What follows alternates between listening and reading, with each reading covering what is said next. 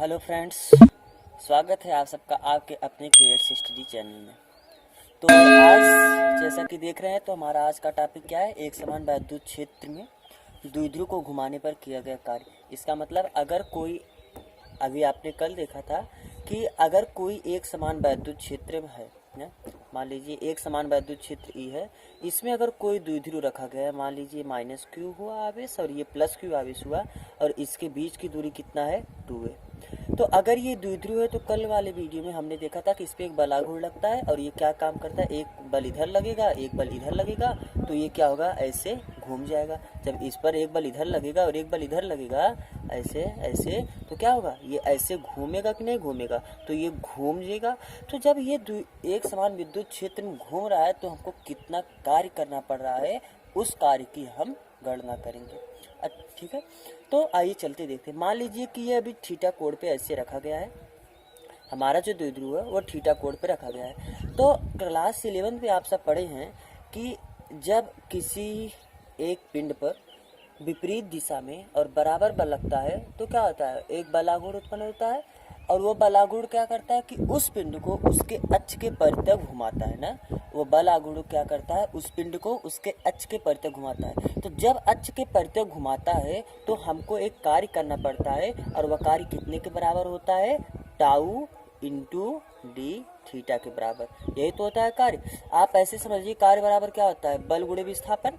तो जब हम रोटेट किसी वस्तु को घुमाते हैं तो बल की जगह हम टाउ लेते हैं और जो विस्थापन मतलब जो घुमा होता है उसके बीच में जो विस्थापन होता है वो थीटा में होता है। क्योंकि आप देखिए, जैसे अगर कोई एक समान गति किसी एक रेखा में एक समान गति होता है या एक समान गति ना हो, चाहे जैसे गति, अगर एक रेखा में गति हो रहा है, कोई व्यक्ति यहाँ से ऐसे ऐसे ऐसे ऐसे चल रहा है इधर, तो क्या होगा, उसका पोजीशन चेंज हो रहा है, विस्थापन उसमें हो रहा है। लेकिन अगर कोई चीज़ ऐसे घूम रहा है तो उसके एंगल में चेंज हो रहा है, तो यहाँ पर विस्थापन की जगह हम एंगल लेते हैं। तो हमको ये यहाँ से देखिए, तो अगर किसी द्विध्रुव को हम घुमाएंगे, किसी द्विध्रुव को नहीं, किसी भी पिंड को अगर उसके अक्ष के परितः घुमा जाता है तो जो कार्य करना पड़ता है वह टाउ इंटू डी थीटा के बराबर होता है। तो अगर मान लीजिए कि इस छोटे से ये हमारा जो द्विध्रुव, इसको हम बहुत छोटा एंगल डी थीटा घुमाएं ना, थीटा कोण मतलब ये डी थीटा का मतलब डी मतलब बहुत छोटा सा है। जो जो अवकलन पढ़े होंगे वो जानते होंगे कि डी थीटा का मतलब क्या होता है, बहुत छोटा। तो बहुत छोटा सा एंगल अगर घुमाएं और हमको तब कितना कार्य करना पड़ेगा, छोटा सा कार्य डब्ल्यू करना पड़ेगा। आप इसको ऐसे भी समझ सकते हैं कि देखिए, जो डब्ल्यू होता है टाउ इंटू थीटा के बराबर होता है। अगर हम छोटा सा थीटा घुमा रहे हैं तो हमारा जो कार्य आएगा वो भी बहुत छोटा सा कार्य आएगा, मतलब डी डब्ल्यू बराबर टाउ इंटू डी थीटा के बराबर। अर्थात अभी हम बहुत छोटा सा एंगल, मान लीजिए कि इसको हमको कितने से घुमाना है, थीटा 1 से हम इसको, ये ऐसे घूमेगा, थीटा 1 से घूम के ये थीटा 2 तक घूम के आ जाएगा। जैसे घूमने के बाद ये कैसे हो जाएगा, कुछ इस तरीके से ऐसा था और अब ये पहले ऐसा था और अब ये घूम के ऐसा हो गया, मतलब ये ऐसा घूम के आ गया, मतलब यहाँ पर माइनस क्यू आ गया और प्लस क्यू आवेश यहाँ पर आ गया। तो पहले कितने विद्युत क्षेत्र से कितने एंगल पे था, थीटा 1 एंगल पे था, लेकिन अब ये विद्युत क्षेत्र से कितना एंगल बना रहा है, और ये थीटा 2 एंगल नहीं बनाया। अब ये हम इसको फिगर ही सही से बना। अब हमने बताया कि इस पे इस आवेश पे एक बल इधर लगेगा और एक बल इधर लगेगा, तो क्या होगा, ऐसे घूमेगा और ये घूमेगा तब तक घूमेगा जब तक विद्युत क्षेत्र की दिशा में आए। मान रहे हैं कि अभी हम केवल ये इतना घूम के इतना आ गया, मतलब अब यहाँ पर प्लस क्यू आया, माइनस क्यू आवेश यहाँ पर गया, मतलब ये जो ऐसे हमारा द्विध्रुव ऐसे था और अब घूम के कैसे हो गया, हमारा द्विध्रुव घूम के ऐसे हो गया। अब ये बताइए, पहले थीटा 1 एंगल बनाया था, अब हमारा ये विद्युत क्षेत्र से कितना एंगल बना हुआ है, थीटा 2। तो अभी हम देख रहे हैं कि जब ये थीटा 1 से, ये तो कितना घूम रहा है, थीटा 1 से थीटा 2 तक घूम रहा है। अगर ये छोटा सा एंगल अभी घुमाओ, केवल मान लीजिए कि थीटा घुमाओ, तब छोटा सा कार्य करना पड़ेगा और वो कितने के बराबर होगा, डी डब्ल्यू, और ये कितने के बराबर, टाउ इंटू डी थीटा के बराबर होगा। अभी हमने कल पढ़ा था कि टाउ का वैल्यू कितना होता है, कल हमने ये देखा था ना, टाउ बराबर कितना आया था, पीई साइन थीटा। तो टाउ की जगह हम क्या लिख दे सकते हैं, पी ई sine theta into D theta, और ये किसके बराबर है, डी डब्ल्यू। लेकिन अगर ये थीटा 1 से थीटा 2 कोण तक घुमाने में पूरा कार्य अगर डब्ल्यू किया गया हो तो हम क्या करेंगे, अगर हम इसको पूरा छोटा छोटा कार्य जोड़ देंगे तो पूरा नेट मतलब पूरा जो कार्य डब्ल्यू के बराबर आ जाएगा। और ये किसके बराबर आ जाएगा, इधर भी हमको इंटीग्रेशन करना पड़ेगा। कि आपको मालूम है ना कि किसी भी छोटे छोटे कार्य को जोड़ने के लिए, किसी भी छोटे छोटे खंड को जोड़ के पूरा बनाने के लिए हमको क्या करना पड़ता है, समाकलन करना पड़ता है। समाकलन एक प्रकार का जोड़ ही है। तो ये बताइए हम समाकलन कर देंगे P E sine theta into D theta का। लेकिन ये थीटा कहाँ से कहाँ तक वेरी कर रहा है, थीटा 1 से थीटा 2 तक। अब बताइए डब्ल्यू बराबर पी ई का थीटा से तो कोई मतलब है नहीं, अर्थात यहाँ पर हमको समाकलन किसके सापेक्ष करना है, थीटा के सापेक्ष हमको समाकलन करना है। तो यहाँ पर पी ई में तो थीटा का कोई मतलब है नहीं, हम इसको बाहर ले सकते हैं, जैसे कांस्टेंट की तरह ये बिहेव कर रहा है तो बाहर ले सकते हैं। अब बचा कितना, थीटा 1 से थीटा 2 तक sine theta into D theta.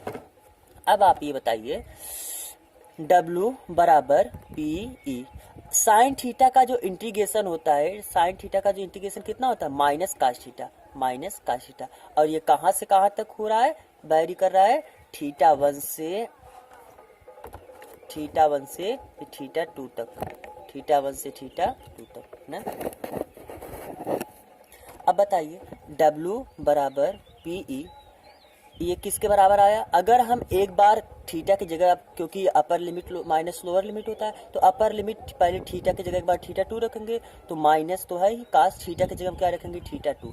Upper limit minus lower limit, lower limit का मतलब अब हम ये जो माइनस कास थीटा है, माइनस कास, अब हमारा ये जो क्या नाम से थीटा है, अब उसकी जगह हम क्या रखेंगे, थीटा 1 रखेंगे। अब बताइए किसके बराबर हो, डब्ल्यू बराबर P E minus cos theta 2, minus minus ये प्लस हो गया, प्लस कास थीटा 1। अच्छा, प्लस वाला हम आगे लिख सकते हैं, तो W बराबर हम क्या लिख सकते हैं, P E cos theta 1 minus cos theta 2 ना। तो हमारा ये आया। अभी बताइए इसको एक बार थोड़ा सा फिर से अगर समझना हो तो आज समझ सकते हैं। हम क्या करें इसमें कि मान लीजिए कि किसी वैद्युत क्षेत्र में हमारा कोई द्विध्रुव ऐसे हमारा कोई द्विध्रुव रखा हुआ था, ये कितना एंगल शुरू में बनाया था, थीटा 1। अगर अब यह घूम के कुछ इस तरीके से आ गया तो अब वैद्युत क्षेत्र से कितना एंगल बना रहा है, थीटा 2 एंगल। अब यह ऐसे आ गया तो वैद्युत क्षेत्र हमारा यही तो है, इससे कितना एंगल बना रहा है, थीटा 2 एंगल। तो अभी ये तो मतलब घूम कहाँ से रहा है, थीटा 1 से थीटा 2 तक घूम रहा है। लेकिन अगर ये छोटा सा एंगल घूमा हो, जैसे इसी के बीच में बस अभी इतना केवल घूमा हो, बहुत छोटा सा डी थीटा एंगल, तो हमको कितना कार्य, अगर डी थीटा केवल घुमा तो हमको कार्य कितना करना पड़ेगा, छोटा सा कार्य। अगर छोटा सा एंगल घुमा तो छोटा सा कार्य करना पड़ेगा, और वह कार्य टाउ इंटू डी थीटा के बराबर है। तो टाउ का वैल्यू हमने कल पढ़ा था कितना होता है, P E sine theta into D theta, वो सब ऐसे लिख दिए। क्योंकि हमको थीटा 1 से थीटा 2 तक घुमाने में कार्य निकालना है, तो हम क्या करेंगे, समाकलन कर देंगे। तो छोटे छोटे कार्य का समाकलन कर देंगे तो पूरा कार्य डब्ल्यू आ गया। अच्छा, अगर जब छोटे छोटे कार्य का हम समाकलन कर दिए तो पूरा कार्य डब्ल्यू के बराबर आ गया। अब P E sine theta into D theta, और ये कहाँ से कहाँ तक घुमाना है, थीटा 1 से थीटा 2 तक घुमाना है। अब ये बताइए आप, डब्ल्यू है तो ऐसे, पी ई हमको थीटा मतलब थीटा के सापेक्ष हमको क्या करना है, समाकलन करना है। तो ये पी ई तो कांस्टेंट, हम इसको बाहर ले सकते हैं, तो पी ई बाहर हमने ले लिया, तो कितना बचा, पी अंदर कितना बचा, sine theta into D theta. अब साइन थीटा का अगर आप समाकलन करेंगे तो साइन थीटा का जो समाकलन होता है माइनस कास थीटा होता है, और इसको थीटा 1 से थीटा 2 तक करना है। तो ये बताइए ये जो डब्ल्यू है आपका ना, डब्ल्यू बराबर, ये बताइए हम माइनस कास थीटा, अब एक बार थीटा 2 रखना पड़ेगा, फिर माइनस करना पड़ेगा थीटा की जगह थीटा 1 रख के। तो माइनस कास थीटा की जगह हम थीटा 2 रख दिए, माइनस करना है इसमें थीटा 1 रख के, तो हम माइनस तो ये एक है ही, थीटा के सामने जब आप थीटा 1 रखेंगे तो कितना जाएगा, माइनस कास थीटा 1। अच्छा, अब ये माइनस माइनस प्लस हो गया तो हम इसको आगे लिख लिए, और ये जो माइनस वाला था इसको हम इधर ले लिए। तो अर्थात कितने के बराबर, अर्थात ये कितना आया हमारा, जो डब्ल्यू आ गया P E cos theta 1 minus cos theta 2। अगर किसी द्विध्रुव को थीटा 1 से थीटा 2 तक, थीटा 1 थीटा 2 एक कोण ही है। ऐसे मान लीजिए कि पहले अगर 60 अंश का कोण बनाया था, और अब इसको घुमा के हमको ऐसे विद्युत क्षेत्र हमारा है, पहले ये 60 अंश का कोण बनाया था, अब घूम के ये ऐसे हो गया, तो अब 30 अंश का कोण बन रहा है। तो थीटा 1 क्या है, पहले जहाँ जितने कोण पे था, थीटा 2 क्या है, अब घूमने के बाद जितने कोण पे आया। तो ये आपका हो गया P E cos theta 1 minus cos theta 2 θ1 θ2 आपको मालूम हो गया क्या है, ये जहाँ से घुमाया गया, जहाँ तक जिस एंगल पर पहले था वहाँ से जिस एंगल तक घुमाया गया वो एंगल। और P तो आपको मालूम है P क्या है, वैद्युत द्विध्रुव का आघूर्ण, और E क्या है, वैद्युत क्षेत्र की तीव्रता। अच्छा, आइए थोड़ा सा हम इसके बारे में और देख लेते हैं। जैसे मान लीजिए कि किसी द्विध्रुव को, कोई द्विध्रुव पहले शुरू में 90 अंश का कोण बना के रखा गया था, जैसे यही वैद्युत क्षेत्र की तीव्रता है, इसमें एकदम ऐसे सीधा वैद्युत क्षेत्र से 90 अंश का कोण बना के रखा गया है। तो इसका मतलब θ1 बराबर कितना आ गया, 90 अंश। अगर इसको घुमा के हमको विद्युत क्षेत्र के तीव्रता के पैरेलल, जिस दिशा विद्युत क्षेत्र की दिशा है, यदि हमको इसको घुमाकर जिधर विद्युत क्षेत्र है उस दिशा में लाना है, अर्थात थीटा बराबर, जब ऐसे हमारा द्विध्रुव आ जाएगा तो थीटा कितना हो जाएगा, 0 अंश, मतलब θ2 बराबर कितना रखना है, 0 अंश। अब बताइए W कितना हमको कार्य करना पड़ेगा, तो W बराबर P E, ये बताइए कास 90 अंश माइनस कास 0 अंश, तो W बराबर PE। आपको मालूम है ना, कास 0 का वैल्यू कितना होता है 1, और कास 90 का वैल्यू कितना होता है 0, तो ये तो 0 हुआ, माइनस कास 0 का वैल्यू कितना होता है 1, तो W बराबर कितना आया, माइनस PE के बराबर आया।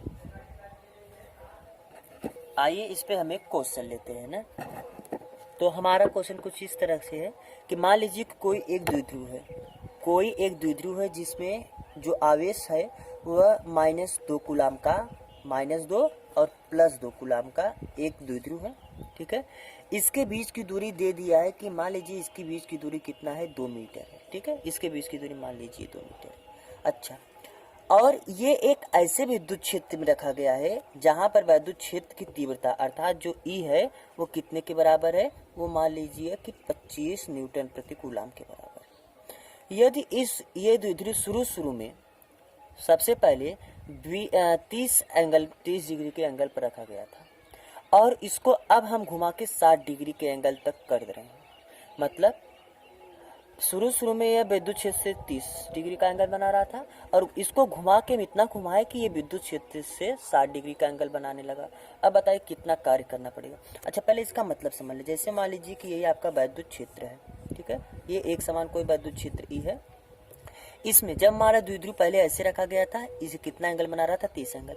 अब ये घूम के कितना हो गया, अब ये जो विद्युत क्षेत्र से एंगल बना रहा है वो कितना एंगल बना रहा है, 60 एंगल। इसमें जो आवेश है -2 कूलाम का था, ये -2 कूलाम का आवेश है, और 2 कूलाम का +2 कूलाम का आवेश है, और ये विद्युत क्षेत्र की तीव्रता कितना दे रखा है, 25 न्यूटन प्रति कूलाम। तो हमने देखा कि अगर द्विध्रुव को घुमाते हैं तो जो कार्य करना पड़ता है PE कास θ1 माइनस कास θ2 के बराबर कार्य करना पड़ता है। तो W बराबर P क्या होता है, Q इंटू 2A के बराबर होता है, और E तो हमको कितना दिया, 25 दे रखा है, कास θ1 की जगह हम कितना रखेंगे, 30 डिग्री, क्योंकि θ1 क्या है, शुरू में जितने एंगल पे था, तो शुरू में 30 एंगल पे था, अब कितना हो गया, 60 एंगल पे, तो कास 60। अच्छा, W बराबर Q कितना है, Q -2 कूलाम +2 कूलाम, मतलब हमारा कितना, 2 कूलाम का आवेश है, Q तो यही है आवेश, और 2 है क्या, उसके बीच की दूरी, और उसके बीच की दूरी कितना दे रखा है, 2 मीटर दे रखा है, इंटू 25 कास 30 का वैल्यू कितना है, √3/2 ना, √3/2, और कास 60 का वैल्यू कितना होता है, 1/2। ये बताइए W बराबर 2 इंटू 25, क्या हम इसमें से 2 कॉमन ले सकते हैं। अच्छा, 2 कॉमन ले तो नीचे अंदर क्या बचा, √3 - 1, 2 से 2 कैंसिल हो गया, तो W बराबर फाइनली कितना है, 25 दूना 50 इंटू √3 - 1। ये हमको कार्य करना पड़ा इस द्विध्रुव को 30 अंश से 60 अंश का कोण बनाने के लिए। तो इस पे और बहुत अच्छा क्वेश्चन बनता है, इसको हम क्वेश्चन के सीरीज में देखेंगे। अब आइए हमारा नेक्स्ट जो टॉपिक चलता है, हमारा नेक्स्ट टॉपिक है वैद्युत फ्लक्स। क्या है, वैद्युत फ्लक्स। तो समझते हैं कि वैद्युत फ्लक्स क्या होता है। देखिए, वैद्युत फ्लक्स क्या है कि आपको ये मालूम है कि अगर कोई एक आवेश है तो इस आवेश से क्या होगा, विद्युत क्षेत्र की रेखाएं गुजरेंगी ना, इस आवेश से ऐसे ऐसे वैद्युत क्षेत्र रेखाएं गुजरेंगी कि नहीं गुजरेंगी, इस आवेश से कुछ इस तरीके से वैद्युत क्षेत्र रेखाएं गुजरेंगी। ये बताइए, अगर हम कोई पृष्ठ यहाँ पर रख दें, कोई एक पृष्ठ है ऐसे यहाँ पर हम रख दें, तो इस पृष्ठ से कितनी रेखाएं गुजरी, 3। अच्छा, अब यही पृष्ठ अगर हम ये ऐसे हमारा मान लीजिए वैद्युत क्षेत्र इतने ही क्षेत्रफल का, मान लीजिए ये जो पृष्ठ है इसका क्षेत्रफल कितना है, यस, इतने ही क्षेत्रफल का हम कोई पृष्ठ यहाँ पर रख दें, यहाँ पर क्या उतना ही क्षेत्रफल है, देखिए क्या उतना ही क्षेत्रफल है। तो ये बताइए, तो वैद्युत फ्लक्स क्या होता है कि किसी पृष्ठ से गुजरने वाला जितना वैद्युत क्षेत्र रेखा होती हैं, अर्थात किसी पृष्ठ से गुजरने वाला वैद्युत क्षेत्र रेखाओं की संख्या को ही वैद्युत फ्लक्स कहते हैं। जैसे इस पृष्ठ से कितना रेखा गुजरा थी, इस पृष्ठ से कितना रेखा गुजरा, देखिए केवल और केवल एक रेखा गुजर रहा है। तो इस पृष्ठ के लिए जो वैद्युत फ्लक्स हुआ कितने के बराबर, 3 के बराबर हुआ, और इस पृष्ठ से जो वैद्युत फ्लक्स हुआ कितने के बराबर हुआ, 1 के बराबर हुआ। तो वैद्युत फ्लक्स क्या हुआ कि किसी पृष्ठ से होकर गुजरने वाली वैद्युत क्षेत्र रेखाओं की संख्या को ही वैद्युत फ्लक्स कहते हैं। वैद्युत फ्लक्स क्या है कि किसी पृष्ठ से होकर जितनी वैद्युत क्षेत्र रेखाएं गुजरती हैं वो क्या है, उस पृष्ठ के लिए वैद्युत फ्लक्स है। जैसे मान लीजिए कि एक आपका ऐसे वैद्युत क्षेत्र रेखा है, ठीक है, हम यहाँ पर एक कोई ऐसे पृष्ठ रखती है, तो इस पृष्ठ से कितने रेखाओं की गुजर रही है, 1 2 3 4 5 रेखाओं की गुजर रही है। तो इस पृष्ठ के लिए वैद्युत फ्लक्स कितना हुआ, 5। क्या आपने एक बात ध्यान दिया कि इस पृष्ठ से, ये पृष्ठ क्या था, आवेश के करीब था, तो इससे गुजरने वाला वैद्युत फ्लक्स ज्यादा है, लेकिन ये पृष्ठ क्या हुआ, इस आवेश से दूर हो गया, तो इससे गुजरने वाला वैद्युत फ्लक्स केवल और केवल कितना है, 1 है। तो अगर पृष्ठ की दूरी आवेश से बढ़ जाती है तो वैद्युत फ्लक्स भी कम हो जाता है, अर्थात पृष्ठ के जितने करीब आपका फ्लक्स, आवेश के जितने करीब आपका पृष्ठ रहेगा उतना ही ज्यादा वैद्युत फ्लक्स होगा, उतना ही ज्यादा वैद्युत क्षेत्र रेखाएं गुजरेंगी, और पृष्ठ आपका आवेश जितने ज्यादा दूरी पे रहेगा उतने कम वैद्युत क्षेत्र रेखाएं गुजरेंगी। तो पृष्ठ की वैद्युत आवेश से आवेश से दूरी बढ़ने पर वैद्युत फ्लक्स का मान क्या होता है, कम होते जाता है। तो आपको ये बात समझ में आ कि वैद्युत फ्लक्स क्या है, किसी पृष्ठ से गुजरने वाला जो वैद्युत क्षेत्र रेखाएं होती है उसी को वैद्युत फ्लक्स कहते हैं। किसी पृष्ठ से गुजरने वाली वैद्युत क्षेत्र रेखाओं की संख्या को ही वैद्युत फ्लक्स कहते हैं। और फ्लक्स, अगर पृष्ठ की दूरी आवेश से बढ़ती जाएगी, पृष्ठ जितना ज्यादा आवेश से दूर पर होगा वैद्युत फ्लक्स उतना ही कम होगा। तो और ये वैद्युत फ्लक्स को हम किससे डिनोट करते हैं, फाई से। वैद्युत फ्लक्स को किससे डिनोट करते हैं, फाई से।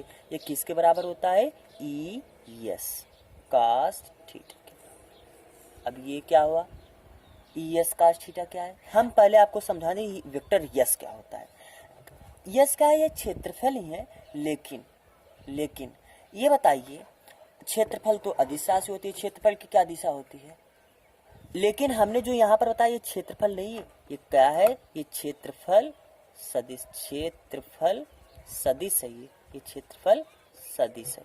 तो वैद्युत क्षेत्र आपको समझ में आता है कि हाँ ये तो सदिश राशि है, लेकिन ये जो वेक्टर यस है ये क्षेत्रफल सदिश है। ये क्षेत्रफल सदिश ये कैसा राशि है, हाँ इसकी दिशा होती है, इसकी दिशा क्या होती है, किसी भी पृष्ठ के लंबवत, इसकी जो दिशा होती है वो किसी भी पृष्ठ के लंबवत होती है। अर्थात अगर मान लीजिए कि यही एक पृष्ठ है, तो ये एक पृष्ठ है, तो जो वैद्युत क्षेत्रफल सदिश होगा वो क्षेत्रफल सदिश की दिशा इसके लंबवत, अर्थात इसके लंबवत का मतलब जैसे इसके एकदम ऐसे सीधा ना, इसके एकदम ऐसे सीधा लंबवत 90 अंश का कोण बना है। तो अगर मान लीजिए कि कोई एक पृष्ठ है, यही कोई एक पृष्ठ ऐसे रखा गया है ना, ऐसे करके कोई एक पृष्ठ का गया, तो यहाँ पर क्षेत्रफल सदिश का एकदम इसके लंबवत, इस पे परपेंडिकुलर, ये हो गया क्षेत्रफल सदिश की दिशा। तो हमने बताया कि जो क्षेत्र वैद्युत फ्लक्स होता है फाई, वो किसके बराबर होता है, ई एस कॉस थीटा के बराबर। अब ये थीटा क्या है, इस वेक्टर ई और वेक्टर एस के बीच का एंगल। इसको वेक्टर ना लिखिए, अब इसको आप ऐसे ई एस ही रहने दीजिए, ई एस कॉस थीटा, क्योंकि जब हम अगर इसको हम ऐसे लिख सकते हैं कि E vector E dot vector S, जब हम डॉट लगाएंगे तब हमको ये लिखने की जरूरत है। लेकिन अगर हम, क्योंकि आप देखिए कल हमने बताया था कि 2 तरीके का राशि होता है, मतलब 2 वेक्टर का 2 तरीके से हम गुणा कर सकते हैं, एक तो सदिश गुणनफल होता है और एक अदिश गुणनफल होता है। तो जो अदिश गुणनफल होता है वो डॉट प्रोडक्ट से दर्शाया जाता है। तो जब आप डॉट दर्शाते हैं तो आपको वेक्टर लगाने की जरूरत है, लेकिन जब कॉस थीटा या साइन थीटा, जब साइन थीटा कब आता है, जब क्रॉस प्रोडक्ट आता है, और डॉट प्रोडक्ट कब आता है, जब डॉट प्रोडक्ट कब आता है, तब कॉस थीटा आता है। तो अब हम जब कास्ट थीटा लिख रहे हैं तो हमको ये इसके ऊपर वेक्टर लगाने की जरूरत नहीं, क्योंकि ये बता रहा है केवल और केवल क्षेत्रफल सदिश का परिमाण। तो क्षेत्रफल सदिश का परिमाण क्षेत्रफल हुआ, और ये विद्युत क्षेत्र की तीव्रता का परिमाण है, कितना विद्युत क्षेत्र की तीव्रता है। और वेक्टर क्या होता है, दिशा भी बताता है। तो आइए अब हम समझते हैं कि ये थीटा है क्या। देखिए थीटा क्या होता है, वेक्टर ई और वेक्टर यस के बीच का एंगल ना। जैसे आप बताइए, मान लीजिए कि ये 25 न्यूटन प्रति कूलम, ये आपका जो है ये 25 न्यूटन प्रति कूलम का कोई विद्युत क्षेत्र है। इसमें हम एक पृष्ठ रखे हैं, उस पृष्ठ का क्षेत्रफल कितना है, 5 मीटर स्क्वायर। जो हम मान लीजिए कि ऐसे एक पृष्ठ रख, इसमें हम एक पृष्ठ रख दिए, इस पृष्ठ का जो क्षेत्रफल है वो कितना है, 5 मीटर स्क्वायर। बताइए इससे गुजरने वाला फ्लक्स कितना होगा। तो इससे गुजरने वाला जो फ्लक्स होगा फाई, वो कितने के बराबर होगा, ई यस कास्ट थीटा के बराबर, आपको मालूम है। तो मान लीजिए कि हम दे दिए कि ये 30 डिग्री के एंगल पे रखा गया है।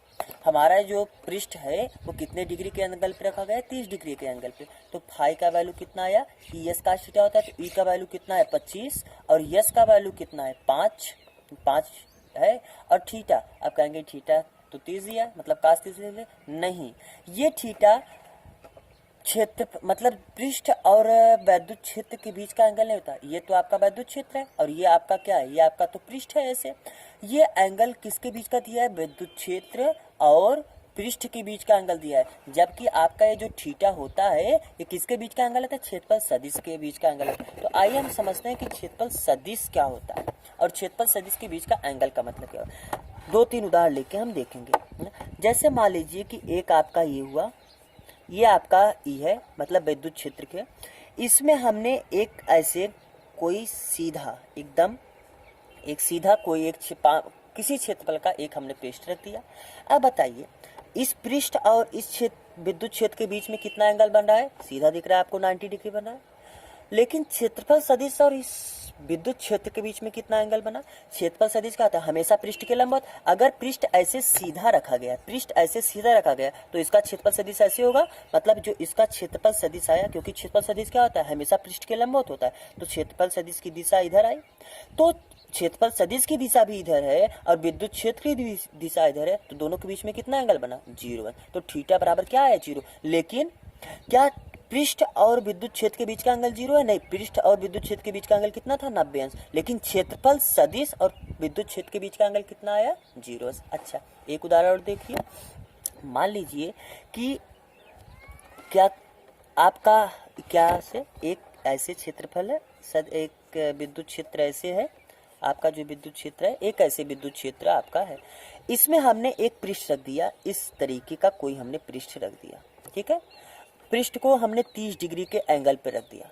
अब बताइए क्षेत्रफल सदिश, ये आपका विद्युत क्षेत्र है और ये आपका पृष्ठ है, कितना एंगल हुआ विद्युत क्षेत्र और क्षेत्रफल सदिश के बीच में, 30 डिग्री, नहीं, ये 30 डिग्री जो है आपका इस पृष्ठ और विद्युत क्षेत्र के बीच का एंगल है, ना कि क्षेत्रफल सदिश और विद्युत क्षेत्र के बीच का एंगल है। तो क्षेत्रफल सदिश और इसके बीच का एंगल कितना हुआ, देखिए पहले इस पृष्ठ के लंबवत क्षेत्रफल सदिश पहले हम देखें है क्या, क्षेत्रफल सदिश तो यहाँ पर है, मतलब इस पृष्ठ के लंबवत 90 अंश। ये बताइए 30, हम इसको थोड़ा ऐसे बताते हैं, ये आपका ऐसे पृष्ठ हो गया, ये आपका पृष्ठ हो गया और ये आपका विद्युत क्षेत्र हो गया, इसके बीच का एंगल तो 30 डिग्री आपको दे दिया था। अब इस पृष्ठ के लंबवत मतलब इस पृष्ठ से 90 अंश बनाएंगे तब हमको क्या मिलेगा, तब हमको क्षेत्रफल सदिश मिलेगा।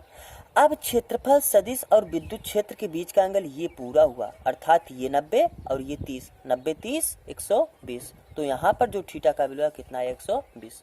तो आपको समझ में आया होगा कि क्षेत्रफल सदिश और विद्युत क्षेत्र के बीच का हम एंगल लेते हैं। तो बताइए अगर ये 30 डिग्री आपको क्वेश्चन में दिया था, तो ये 30 डिग्री क्या दिया था, ये जो आपका पृष्ठ है पृष्ठ से एंगल दिया होता है, जबकि पृष्ठ से नहीं, क्षेत्रफल सदिश। और क्षेत्रफल सदिश क्या होता है, पृष्ठ, अगर आपका ऐसे पृष्ठ है तो इस पृष्ठ के लंबवत, अर्थात पृष्ठ पे भी 90 डिग्री का एंगल बनाएगा। तो पृष्ठ से 90 डिग्री का एंगल ये, और ये जो पृष्ठ आपका विद्युत क्षेत्र से बना रहा है 30 डिग्री वो, तो ये मिलकर कितना एंगल हो गया, 90 और 30 120। तो हम थीटा, ये जो कास थीटा है, हम यहाँ पर कास थीटा की जगह कितना लेंगे, थीटा की जगह हम कितना लेंगे, 100 कास 120 अंश। तो फाई बराबर कितना हुआ, 25 × 50, और कास 120 का मान हम इसको ऐसे लिख सकते हैं ना, कास 90 + 30 cos 90 प्लस 30, ये कितना है 50, और cos 90 प्लस थीटा का वैल्यू कितना होता है माइनस साइन थीटा, अर्थात माइनस साइन 30, और साइन 30 का वैल्यू कितना आता है 1/2, अर्थात कितना आ गया 50 इंटू माइनस 1/2, तो कट गया, कितना आ गया आपका जो फाई बराबर आया वो कितने के बराबर आया 25, -25। ये माइनस का मतलब कुछ नहीं है, माइनस आपका एंगल इसलिए आया कि देखिए आपका जो वैद्युत क्षेत्र ये भी था, हम क्या ये वाला भी एंगल ले सकते थे, अगर ये पूरा एंगल कितना 120 है तो ये एंगल कितना होगा 60 एंगल, तो ये लेते तो पॉजिटिव आता, और ये बड़ा वाला एंगल ले ले इसलिए क्या है नेगेटिव आया। क्या फिगर बहुत गड़बड़ हो गया, गंदा सा हो गया। हम एक इसी फिगर को अच्छे से बनाते और तब आपको समझाते हैं। क्या था, शुरू में आपका जो वैद्युत क्षेत्र था इस तरीके से था ना, इस तरीके से आपका वैद्युत क्षेत्र था ना, इसमें हमने एक ऐसे पृष्ठ रखा था, ये ऐसे हमने एक प्रकार ऐसे पृष्ठ रखा था, हमने ये एंगल दे दिया था 30 डिग्री, और ये आपका क्या है वैद्युत क्षेत्र। हमने थीटा की जगह क्या लिया था 120 अंश, तो हमने बताया था कि जब cos 120 का मान निगेटिव में आएगा और आप थीटा की जगह, ये जो थीटा है इसकी जगह आप कितना ले सकते हैं 60 अंश भी ले सकते हैं। कैसे देखिए क्षेत्रफल सदिश इसका लंबवत हुआ, यही तो है आपका क्षेत्रफल सदिश इस पृष्ठ के लंबवत। आप ऐसे समझिए कि ये आपका हुआ वैद्युत क्षेत्र ई का दिशा, आपका ऐसे पृष्ठ रखा गया, पृष्ठ से कितना एंगल ये 30, आप इस पे 90 अंश और ले रहे हैं तो ये हो गया 90 अंश। तो आप क्या यही तो है विद्युत क्षेत्र की दिशा, और आपका क्षेत्रफल सदिश ये है, तो बताइए क्षेत्रफल सदिश और विद्युत क्षेत्र के बीच का एंगल तो ये भी तो हो गया और ये भी एंगल हो गया। तो जब आप ये वाला ले तो ये 90 और 30 120 आ रहा है, और ये एंगल निकालेंगे तो एक सरल रेखा पे 180 अंश का कोण बनता है, और जब आप 180 में से 120 घटा देंगे तो ये एंगल 60 आपको मिल गया। तो आप ये वाला भी एंगल ले सकते हैं और आप ये वाला भी एंगल ले सकते हैं। तो ये वाला 60 रखेंगे तो cos 60 का वैल्यू 1/2 आता है और वो प्लस में आता है, लेकिन जब आप 120 रखेंगे तो माइनस 1/2 के बराबर आ जाएगा। तो ठीक है, आज के लिए बस इतना ही। अगर आपको ये वीडियो अच्छा लगा हो तो प्लीज़ लाइक करिएगा और चैनल को सब्सक्राइब करिएगा, कमेंट करिएगा और फ्रेंड्स के साथ शेयर करिएगा। ठीक है, धन्यवाद।